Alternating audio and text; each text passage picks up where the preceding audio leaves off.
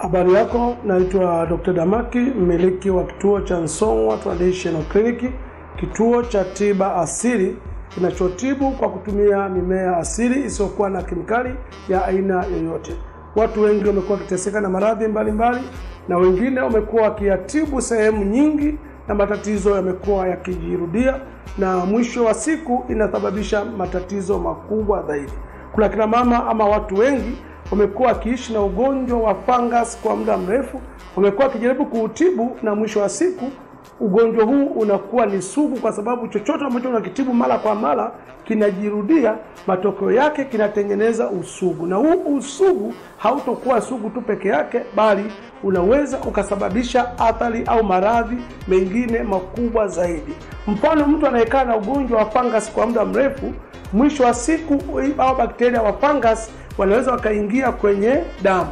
Na bakteria wa fungus wakishaingia kwenye damu, mtu huyu inaweza kumletea changamoto kwenye ngozi, kuwashwa, kutokwa vipele, chunusi na vitu vingi katika ngozi yake, kwa sababu hii bakteria wa fungus wameshaingia kwenye damu. Na watu wakishakuwa kwenye stage hiyo, wengi wamekuwa kitibiwa sehemu zingine zinakuwa tatizo hili haliwezi kumalizika.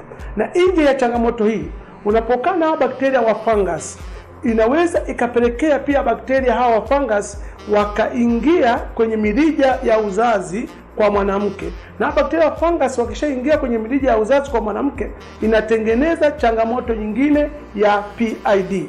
Kwa hiyo PID bakteria wakishaingia kwenye mirija, wanatengeneza changamoto ya PID. Sasa basi, na PID inapokaa yenyewe bila kutibiwa ipasavyo, inaweza ikasababisha ukapata shida ya saratani ya shingo ya kizazi. Kwa hiyo tunaona namna gani ugonjwa tumeanza na fungus, imekuwa sugu, haijatibiwa, imesababisha bakteria fungus kuingia kwenye damu, wametoka pale, wamesababisha ngozi kutengeneza ukurutu, na ngozi ishatengeneza ukurutu, mwisho wa siku inasababisha saratani au kansa ya ngozi, kwa sababu ukurutu unakuwa ngozi kama ina kakamaa. Lakini ni fungus hiyo ambayo umekuwa unajitibu na jirudia, unachukulia ni mazoea, kumbe inaweza ikaleta madhara makubwa zaidi. Nje hapo, ukiacha inatengeneza tatizo lingine la PID, na mwisho wa siku inaweza kusababisha pia saratani ya shingo ya kizazi. Unaona, ni fungus hiyo ambayo imeweza kuzalisha baadhi ya maradhi mengi. Na mtu mwenye fungus anaweza akanasikia kuwashwa kama nilivyosema, aidha pembezoni mwa mapaja huku, au kwa mwanamke kutoka pia na uchafu sehemu za siri, lakini uchafu kama mweupe au kuvutika. Lakini pia PID ina dalili zile kutoka na uchafu, lakini pia uchafu huu unaweza ukasababisha pia ukasikia maumivu wakati ukutana na mwenzi wako. Lakini pia PID unapokaa nayo muda mrefu inaweza ikasababisha ukapata shida ya kutokupata mtoto.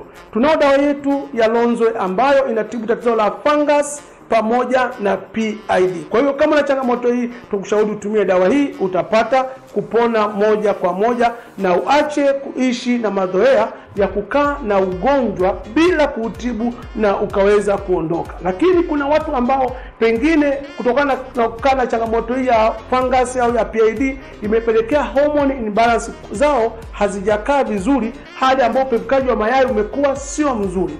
Basi utumie dawa ya fungus au ya PID kupona kabisa. Lakini kama unahitaji mtoto, pengine umekaa miaka mingi bila kupata mtoto, tuna dawa yetu hapa inaitwa Mbasa. Hii dawa ni dawa yenye uwezo mkubwa wa kuwezesha kupata mapacha.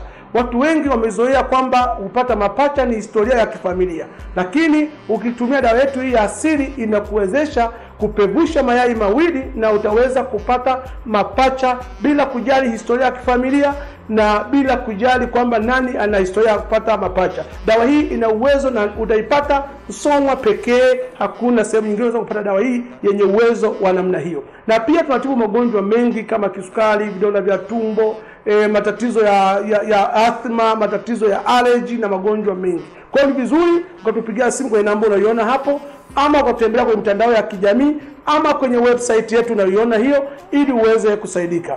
Afya yako ni jukumu letu.